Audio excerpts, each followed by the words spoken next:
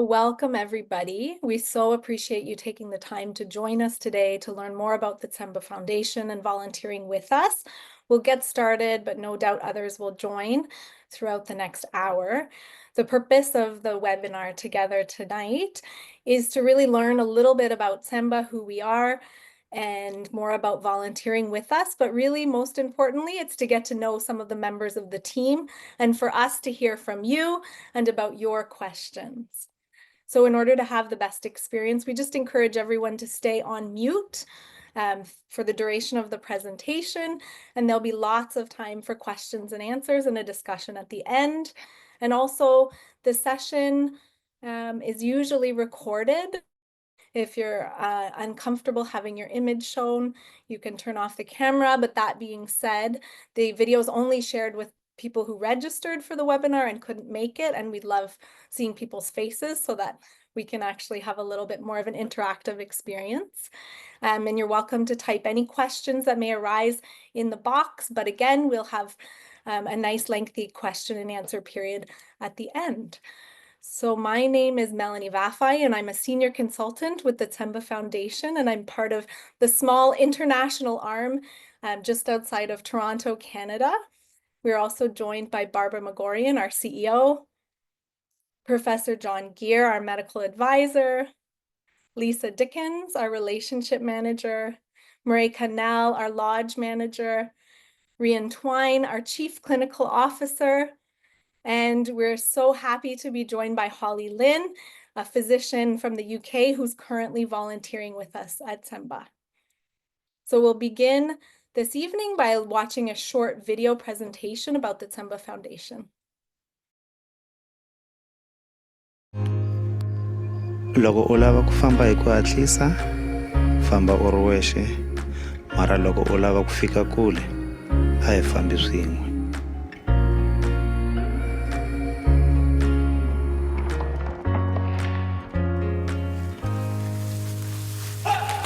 The Tshemba Foundation believes that together we have the power to create big change in the healthcare sector.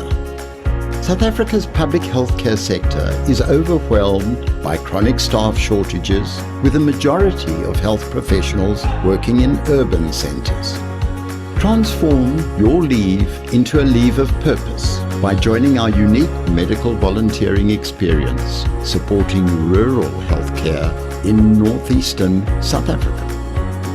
As a volunteer, you will work primarily at Tinswalo Hospital and, depending on your discipline, assist in the hospital satellite clinics and in our school outreach program. We do visual, auditory and dental screening.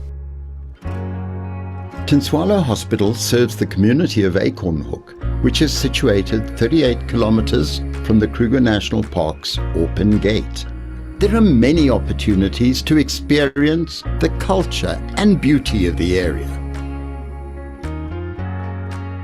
Over and above outreach, other current priorities are our visual health program, providing screening, diagnostics and cataract surgery, and our women's health program, offering family planning, cancer screening and treatment.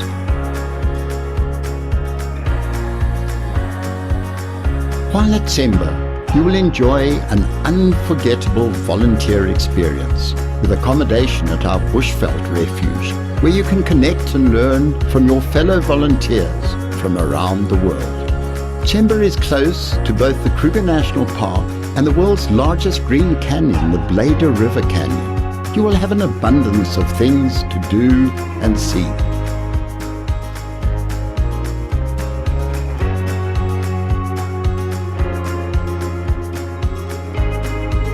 My name is Sachin and I'm from Johannesburg. I work in private practice, and it's always great to be here at Tinswalo giving back at this facility. There's such a huge need in the community, and Tshemba has done a wonderful job in creating a wonderful experience, and you're well cared for in this environment. It's not just me coming in, doing the specialist things that I can do and leaving again. It's actually transferring the skills to the next generation of clinical associates, of doctors. I've worked with medical students and nurses to try and enable them to do things differently once I've gone.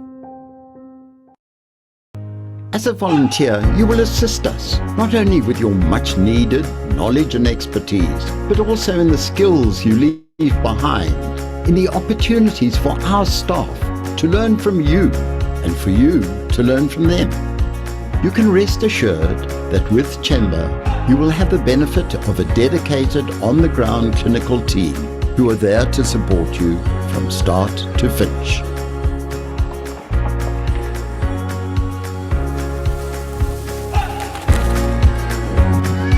Change lives, including your own. Apply now.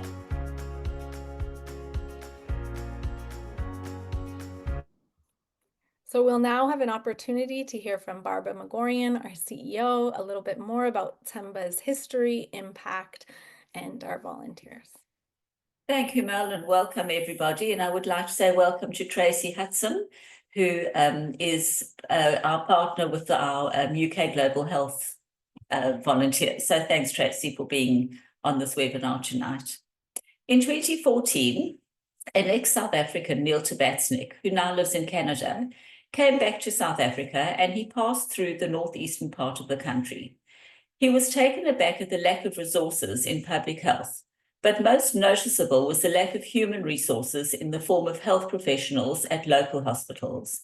And he thought that if we could bring medical professionals to volunteer their skills and expertise at district hospitals and clinics, we could make a very real difference to uplift the very underserved community of Bushbuckridge. And hence the Tshemba Foundation was born. We welcomed our first volunteer in 2017 and have gone from strength to strength since then. We've welcomed volunteers from North and South America, from Canada, Europe, the United Kingdom, Asia, Australia, and of course, many from South Africa.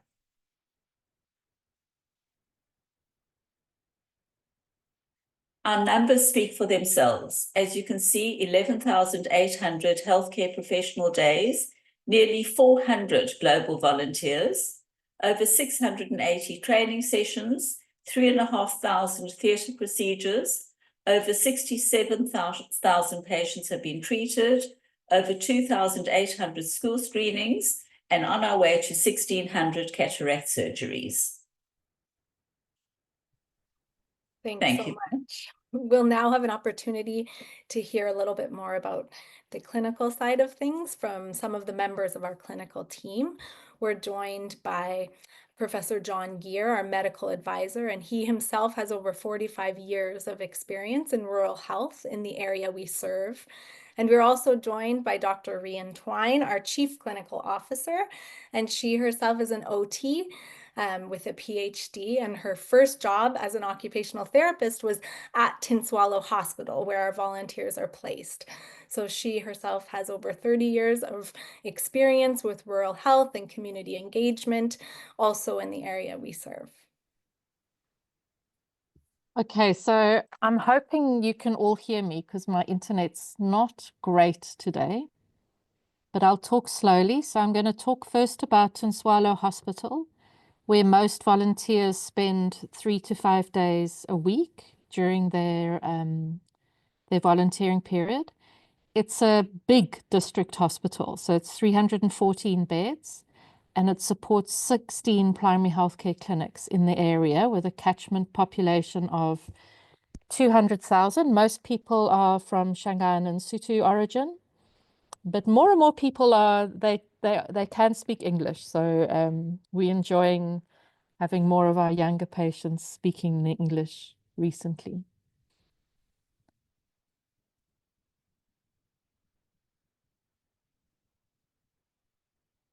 Oh dear. Is that my internet?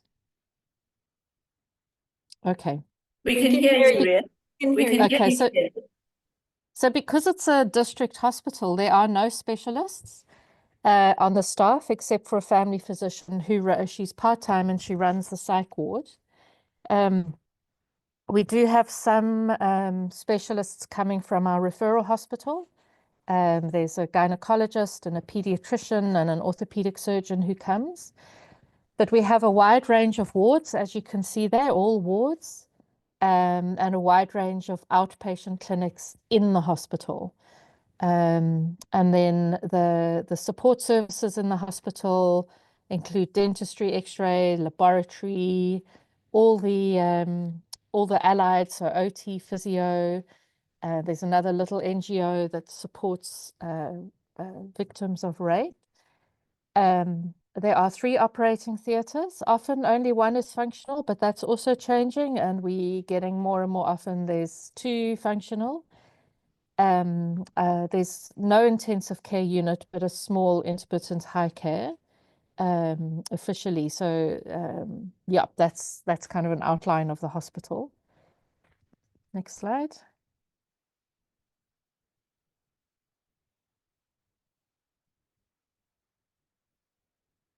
So I am going to hand over to Holly because she's been spending a day a week in the clinics, and I think she would be better to tell us about what it's like working in the clinics. Yeah, hi everyone, I'm Holly. So yeah, as Rian says, I've been here since February now, and I've been doing 1 day a week in one of the primary healthcare clinics. And it's I'm not a GP by like training at home, but it's very much kind of a GP setup there.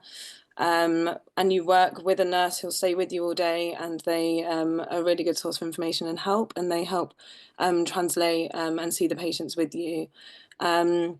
It's mostly what we're seeing is kind of chronic medical conditions. It's like the vast majority is diabetes and hypertension coming through, and there's also lots of psychiatry.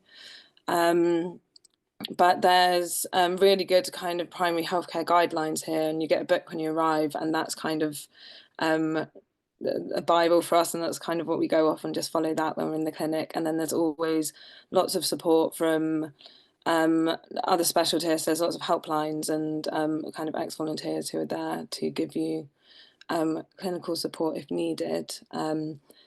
But yeah, it's been really nice working every week with the same team there, and you become really embedded in their clinic. And we've also started doing some training each week with the nurses. That's been a recent project that's been rolled out. So once a week, before the clinic starts, we'll do an hour of kind of general different topics each week and do some training for the nurses there. So that's also been really nice to get involved in.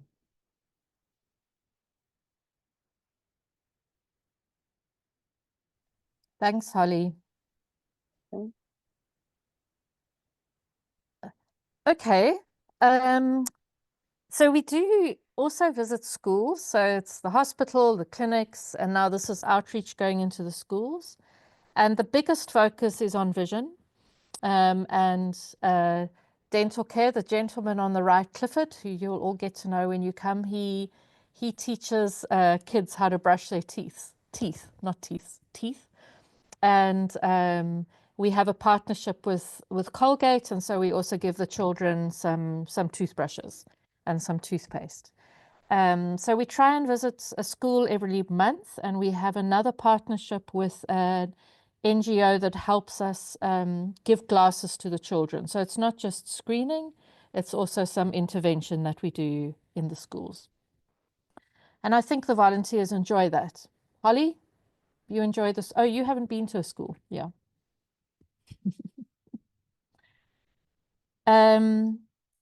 Okay, these are 3 of our key projects that we're involved with at the moment. So the eye care project is a big project. We have a full-time person working there, Clarissa Libetro. And so she helps us find and arrange ophthalmologists to come for a weekend or a week. And they do cataract camps. So generally between 20 to 30 cataract operations a day. And we work very closely with the eye clinic, and we've got a fully equipped theatre that they use for these cataract camps. It's really beautiful. So that's part of the eye care, our eye care project. The Women's Health Clinic is fun because it was started because the matron of the hospital asked us to increase the number of pap smears we were doing in the hospital, which was naught. And so as we increase the number of pap smears, of course, then you get abnormal results.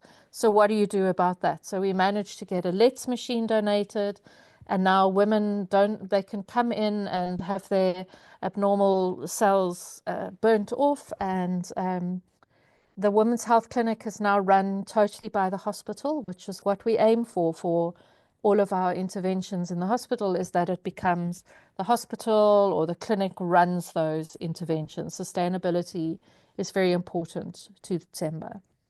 The diabetes clinic is new and is definitely not sustainable yet.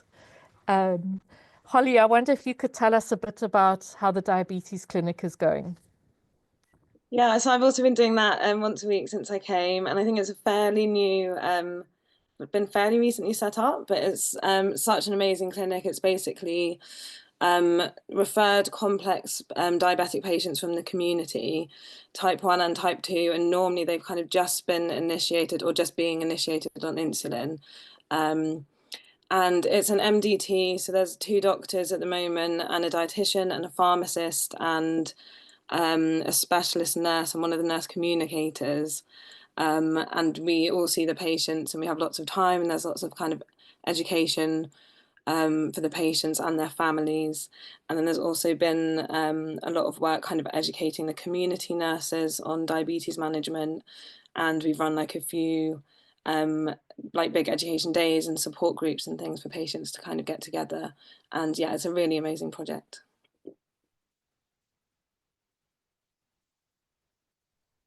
So I think one of the nicest things that the clinic has done recently is to have a day for the kids. So kids with type 1 diabetes, and the physios came and did exercise, and the OTs did art, and it was a really special day.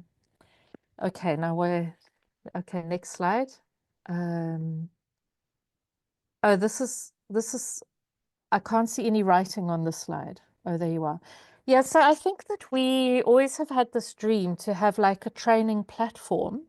It's been growing, and so now I do think now we have a really important training platform. So we train nurses once a week in the wards in the hospital. It's called Back to Basics training, and that's also been extended out into the clinics. We are moving through the whole hospital. So every week, 5 people get trained in BLS. It's a 2-hour training, and hopefully there are 400 people in the hospital, and then we'll just start training everybody again in BLS. There's lovely simulation training that happens in the emergency rooms, and that's also meant to be in partnership with a Swiss startup who's trying to develop an app to spread into developing countries all over Africa for simulation training. We're involved in CPD for doctors. I was going to ask for MDT ward rounds to be taken out because our medical advisor, John, he was really good at getting MDT ward rounds, and Holly and I tried to get them going again. We weren't very successful, but I heard yesterday that there are now MDT ward rounds in the PEDS ward. So I'm excited. Some projects work better than others, and some are harder to get going than others. Okay. And another thing is ultrasound. We do a lot of ultrasound training. Yeah. So I think even the training and the diabetic clinic and what happened in the women's health clinic are all quality improvement projects. So we really try and encourage our volunteers to work together with other volunteers, the hospital, other Tshemba staff on ongoing quality improvement projects. So we have a whole list of projects that we're already involved with, or to develop a project together with the Tshemba staff in the hospital. So it can be anything. It can be specialized training. We do some infrastructure development, upgrading of existing systems, making sure that people know what the SOPs are in the Department of Health, because they're not bad. So yeah, wide range of quality improvement projects. And I think that that's one of the things that our volunteers really like, is that you're not just coming in and doing a project. You're coming in and you know that the Tshemba staff will try and carry on that project or hand it over to another volunteer. So we don't just parachute in and leave. Next one.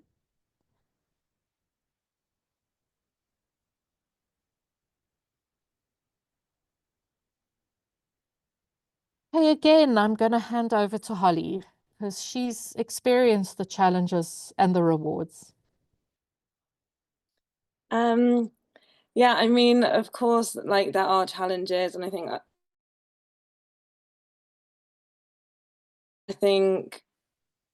I don't know, it's very different environment, very different setting to what I'm used to. So it's obviously been a bit of getting used to. It can be emotionally quite challenging at times. It's been very different from home.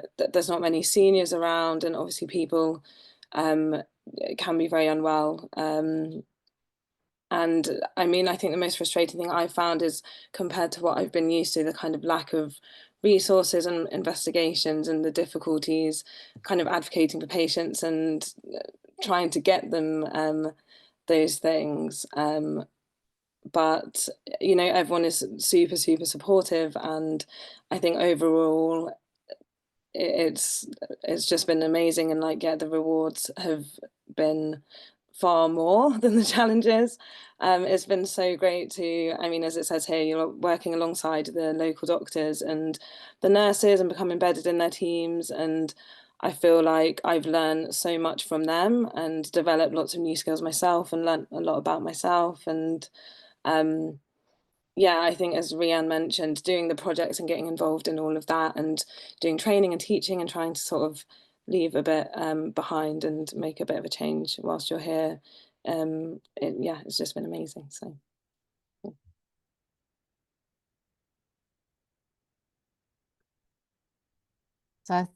Yeah, so we get to hear more from Holly. Thank you for sharing, Holly. And we do have a little bit of a gap with the internet at times, but if you could share, you've shared some already about some of the things you've experienced while volunteering, but if you wanted to even share a little bit more, and then also how it was that you decided to volunteer. Yeah, so I think as I mentioned, I'm an internal medicine trainee back home. So I don't know if there's any British docs on the call, but I'm in my IMT3 year. So I've basically done 3 years of general internal medicine. And then from next year, I'm hoping to specialise in geriatrics. And I've done lots of global health work in the past. I've done other work like in humanitarian and low income settings. So it's always something that I wanted to do more of. And I heard about Tshemba through the NHS Global Health Fellowship Programme, which with Tracy, who's also on the call. And I'd heard amazing things. So, and it felt like a good time in my training to have a break and come. So that's kind of how I ended up coming here. And yeah, I guess I've spoken a bit already about my time here and what I've been doing clinically, but I arrived in February and I now only have 3 weeks left. So I'm coming to the end, which is sad, and it's gone so quickly. And I could definitely stay for longer because it has all taken it takes a bit of time initially to get used to things and settle in and kind of, yeah, get to grips with things. But 4 months has been a really nice time to be here, but I could definitely stay longer. And yeah, I mean, I've spoken a bit about the clinical stuff I've been doing. My week's mainly been 3 days in the hospital on the ward, 1 day in diabetes and 1 day in the primary healthcare clinics. So it's been really varied and got involved in lots of the project work, which has been great. Yeah. And I think also to talk, so other than clinically, I think socially and just the experience of being here has been unbelievable. Obviously living with lots of other like-minded volunteers, living in like the most amazing part of South Africa. Yeah, it's just been fab. I think you'll hear more about that from Marika, but I couldn't recommend it enough. Thank you so much for sharing, Holly. So now we have an opportunity to hear from Lisa Dickens, our relationship manager, about volunteering in the application process that she assists you with. Thanks, Mel, and good evening, everybody. Now that you're all excited and enticed to come and share in this incredible experience. So tomorrow morning, I will send you all an email asking, just as a follow-up, if you're interested, to send us your CV and the sort of dates that you would be looking at and for how long. And from there, I would take your CV and your dates to our recruitment meeting. Our clinical team meets every Monday morning. And there we really just look at your skills and your experience and see that there's a nice fit between yourself and Tshemba. And then I come back to you shortly thereafter to set up an individual Zoom. So we would have a one-on-one Zoom meeting with myself, a member of the clinical team, and yourself. And there we really just talk more about your past experiences, your potential contribution, your dates, any questions you've got. We really just get a chance to know each other a little bit more and talk through things, a little bit more in depth. And then we get going. We set your dates up, and I will then assist you with your application process if you're an international volunteer with our Health Professions Council.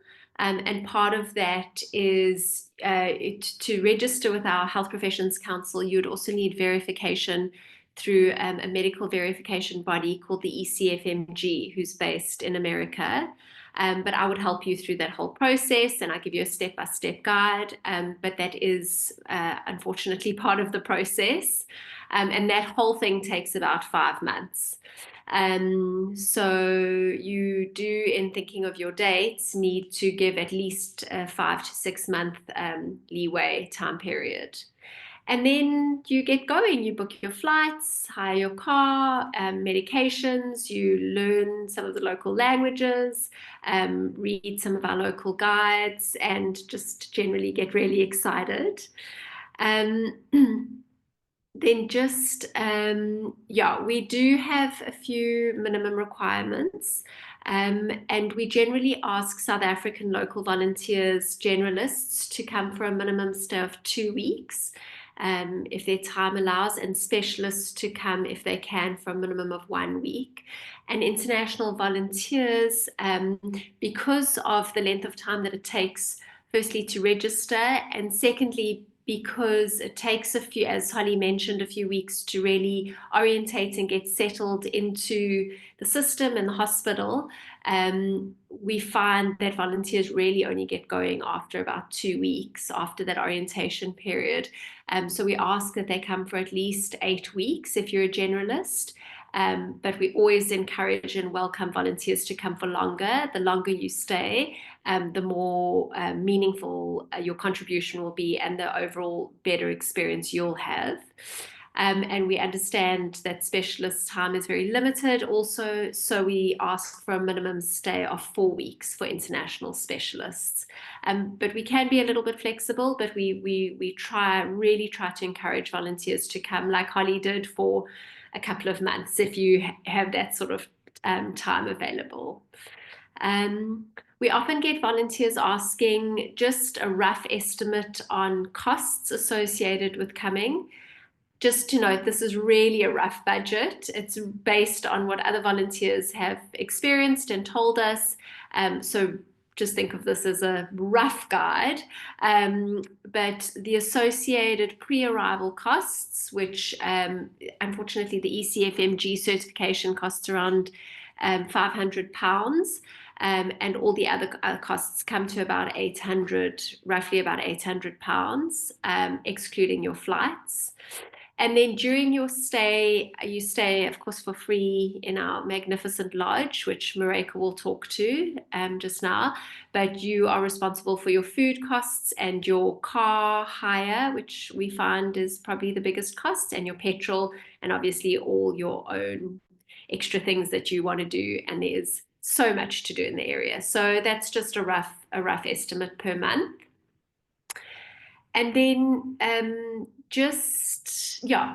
going to hand over to John or Rian about once you're here. Thanks, Mel. Okay. So the good thing is that you work during the week. You're not expected to work in the evenings or on weekends unless you want to. As you can see, it's optional. So the working hours are more or less 8 to 4. You do get 2 days leave for every month worked, and you can accumulate your leave. We're a little bit strict, so we do watch. But also you can have days where you don't come into the hospital if you are working on a project, and you can have project days. Yeah, so depending. So South Africans don't have such a long introduction, but certainly our international volunteers need about 2 weeks really to get into the system, to see how you can get supported, who you need to talk to about what. But Tshemba gives very good clinical support. So there's a fortnightly debriefing, so where we all get together at the lodge and we talk about your last 2 weeks, and always ongoing support. So we have Nicole Fiolette, who's a volunteer, a past volunteer who now works full-time based in the hospital. And she's a doctor and is very, very helpful, and especially with clinical work, and the projects. And then we have also a past volunteer now.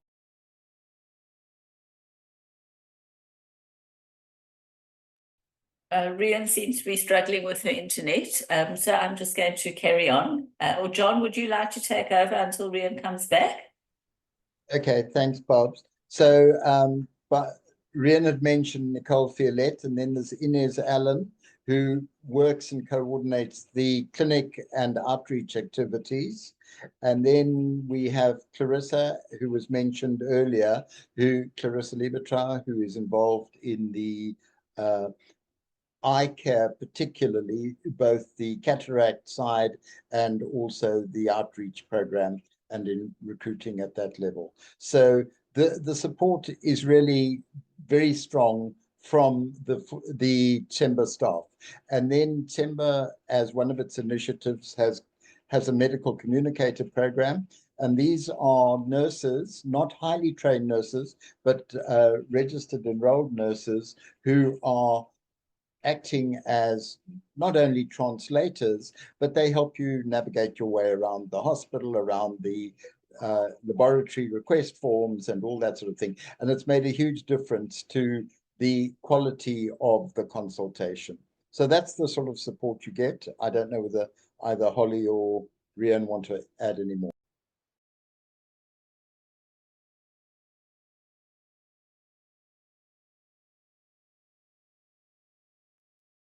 That's great. Thank you both. And we'll hear a little bit more, I'm sure, or address any questions you may have about topics brought up soon.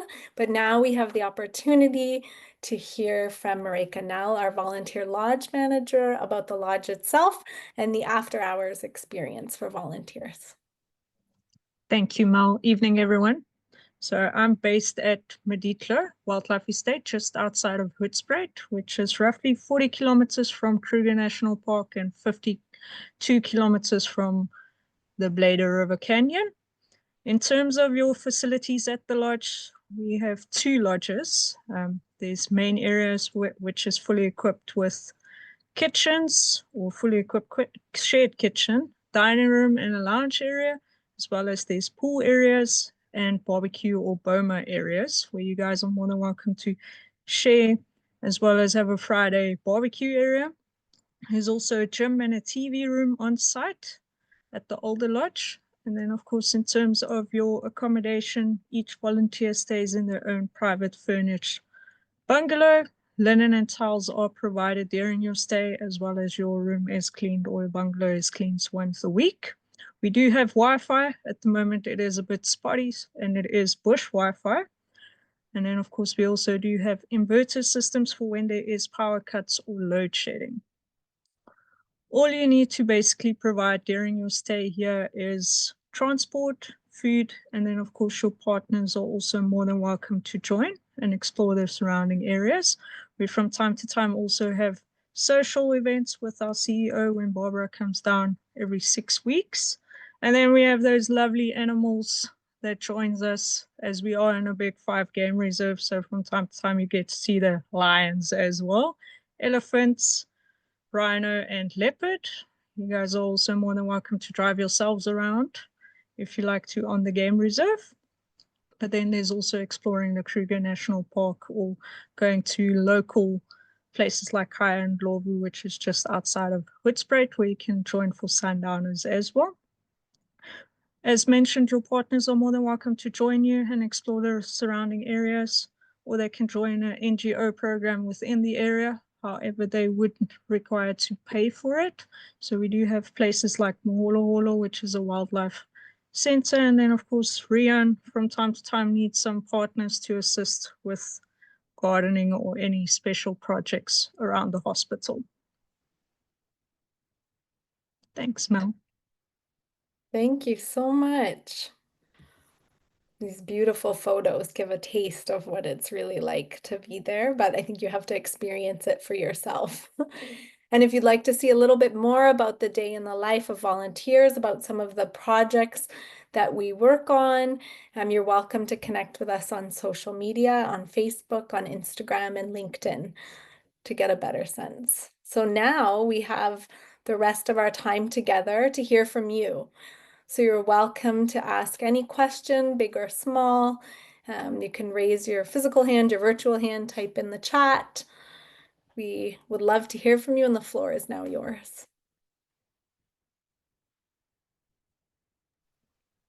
I was wondering, hello, hi, I'm Nani. I'm a gynecologist from Myanmar. So I would like to know if there is the operation room. One is the functioning operation room. So is there any operation that can perform on maternity and gynecology for that? Is there any available anesthetic who can give anesthesia at the time of operation? Thank you so much. John, if you could address this question and maybe give some stats about the birth rate at Tinswalo as well. Thanks so much. Interesting question. And yes, no, in terms of the surgery, probably 80% of the surgery done at the hospital is obstetrics. And it's basic obstetrics. If they are very complicated cases, they have to be referred upwards. But having said that, the referral system is not that strong. And so often one is left with the obstetric emergencies.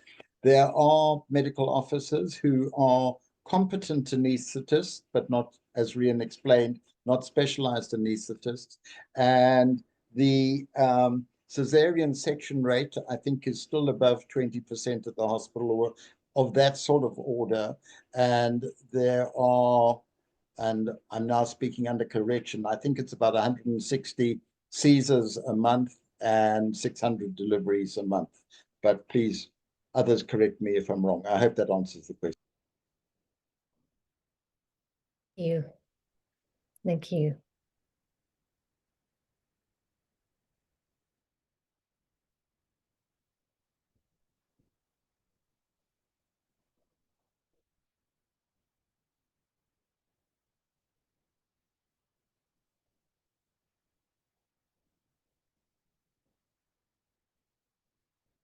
Other questions you may have? Hi. Hi. Go ahead. I'm Bonnie. I'm an F2 doctor from the UK. And I was just wondering, because I'm unspecialized and have done a sort of variety of different specialties, is there still a place for someone who's, very unspecialized? And I typically work as an SHO on a ward, or I have worked in a GP practice for 4 months, but obviously Holly is a lot further on in her training and is probably capable of running clinics and things, and I potentially wouldn't. Or I don't know if you guys have had foundation trainees before and how that's worked for you. Thanks for your question. I'll turn it over to the clinical team.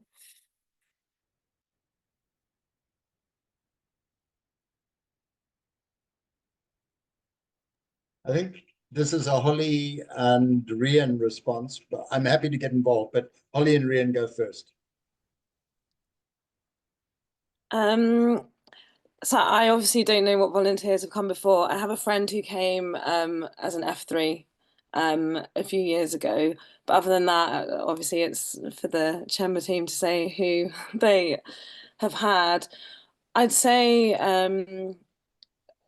I think from what I've experienced is that if you've done lots of SHO medical ward work, I'm sure you would be well placed to help and contribute on the medical ward.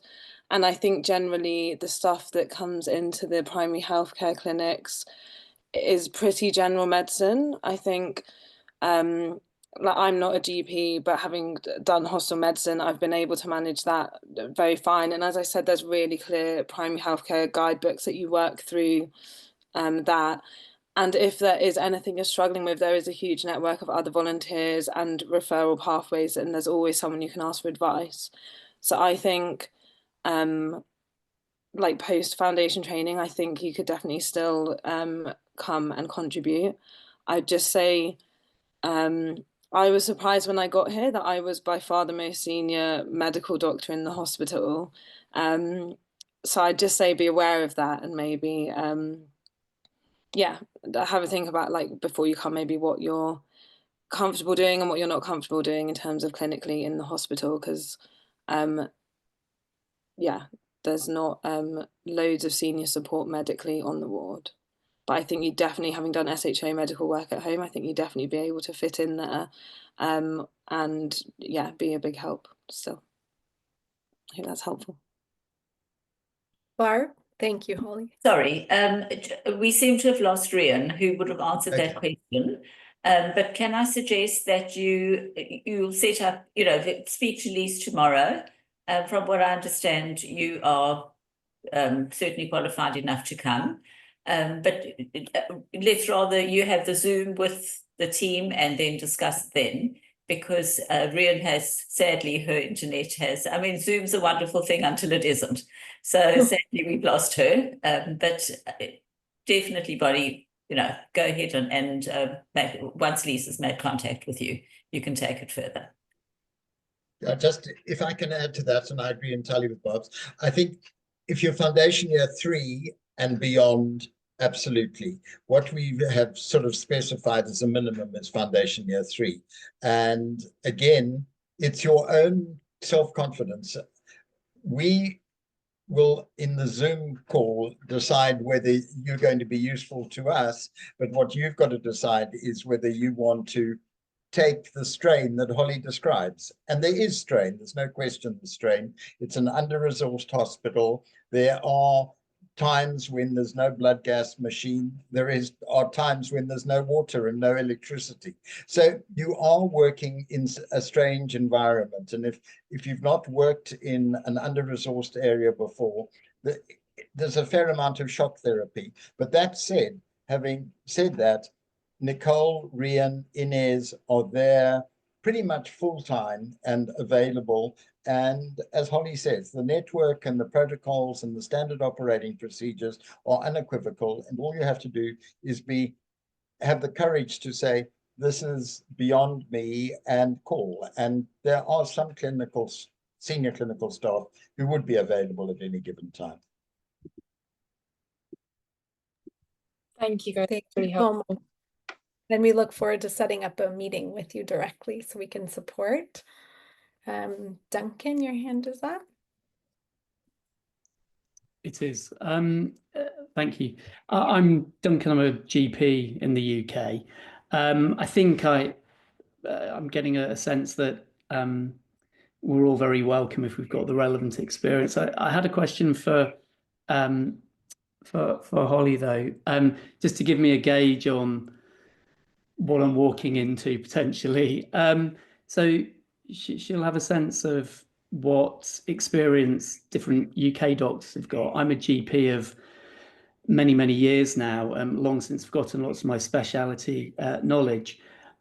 Is there anything that she can kind of divine in terms of the big gap between any of us UK trained doctors and what she encounters there? I'm just thinking, out of interest, if it's 5 months to apply, what might I usefully be kind of genning up on in the next 5 months?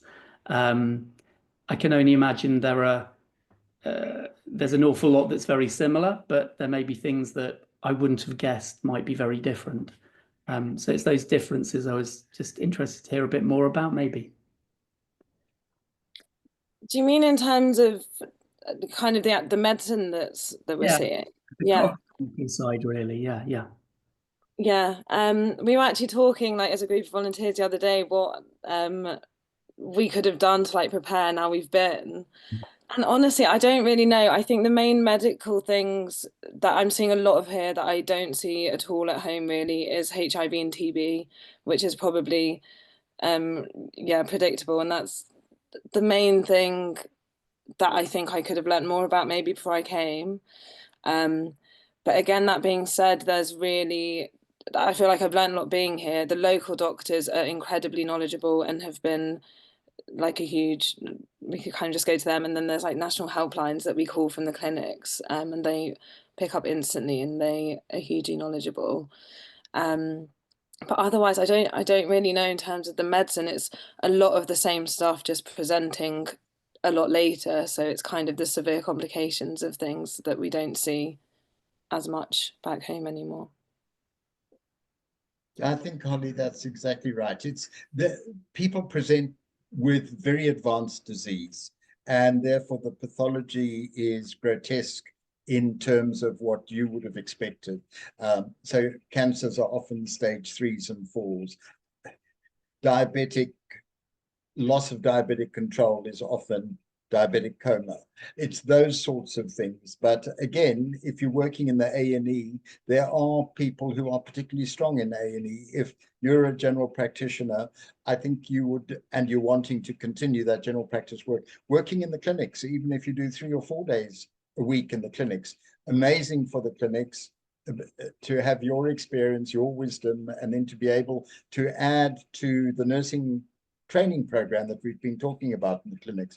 I don't think you must be fearful. There are recommended readings that we share prior to your coming, and those you learn on the road. And I think that's the other thing to emphasize that perhaps hasn't been strongly enough emphasized. We've told you the minimum of required, come for 2 months. But honestly, as Holly's just saying now, she's been with us 4 months.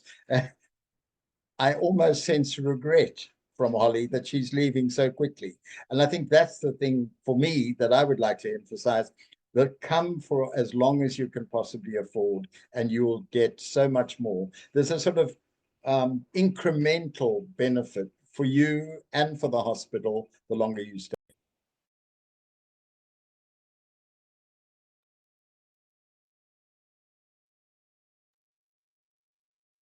Thank you. Please go ahead. Yeah, so I would like to know, is there any facility or on-site blood bank?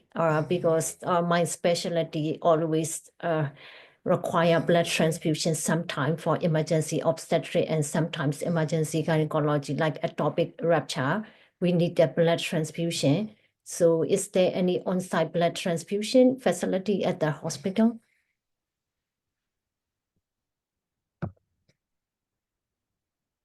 Holly? I believe it changes a lot. I think at the moment there are 2 units of emergency blood in the hospital. I don't know that there's a blood bank on site. If it's emergency, I think they have 2 units as an emergency stock, and if not, they courier it from the referral hospital that does have a blood bank, from my understanding. Yeah, thank you.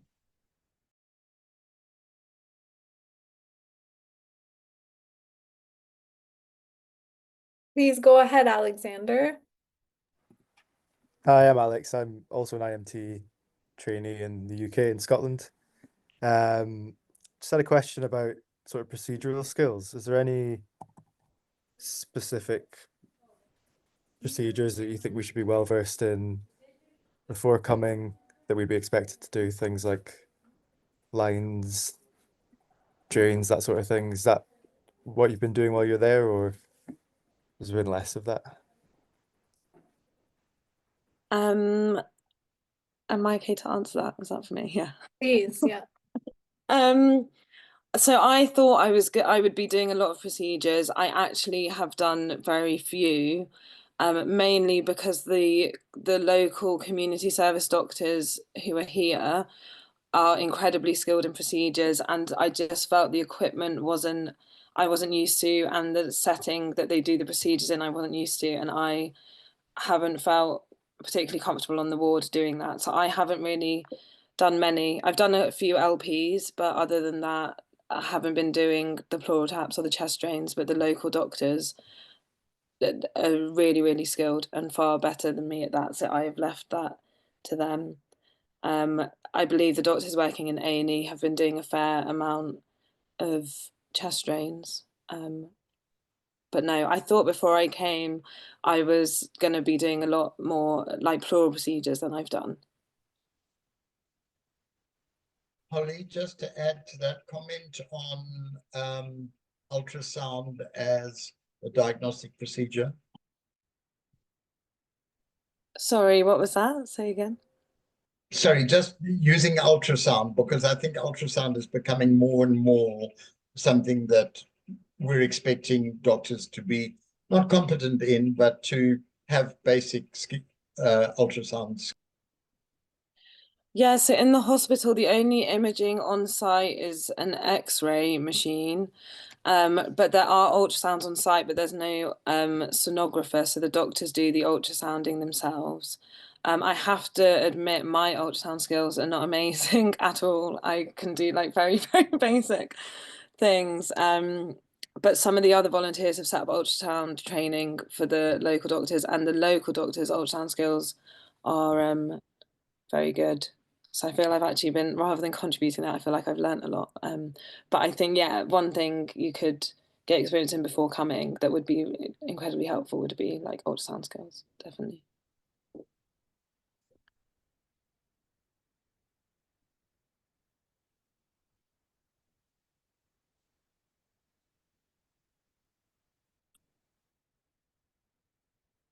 If there are any burning questions, now's the time. If not, you have Lisa's email and she'll be following up with you, so you're welcome to direct any questions to her.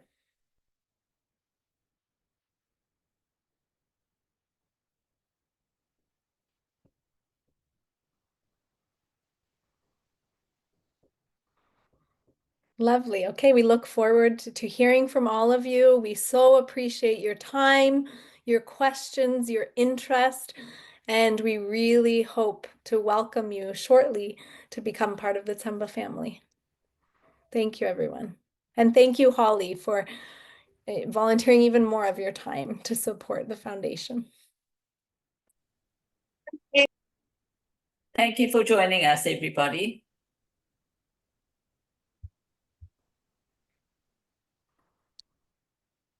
Thank you so much, everyone. Lisa, I was just going to say I'm very happy for you to give my number to people if they want to get in touch. Amazing. On my email, yeah. Thank you. Thanks so much, Holly. I'm definitely going to take you up on that. Yeah, of course. People, like volunteers that are coming in the next 2 or 3 months, I try and connect those that are leaving with those that are coming, so that you can share just your experiences, advice, and that sort of thing. So thank you so much for offering. That's great. I appreciate it. Yeah, of course. Thanks. Okay, thank you. Bye. Thank you, Holly. Thanks, Thanks so much for all your advice, and it's always so valuable to get it from the horse's mouth, as it were. No, you're very welcome. It was nice to join. Thank you all. See you soon. Take Bye. care.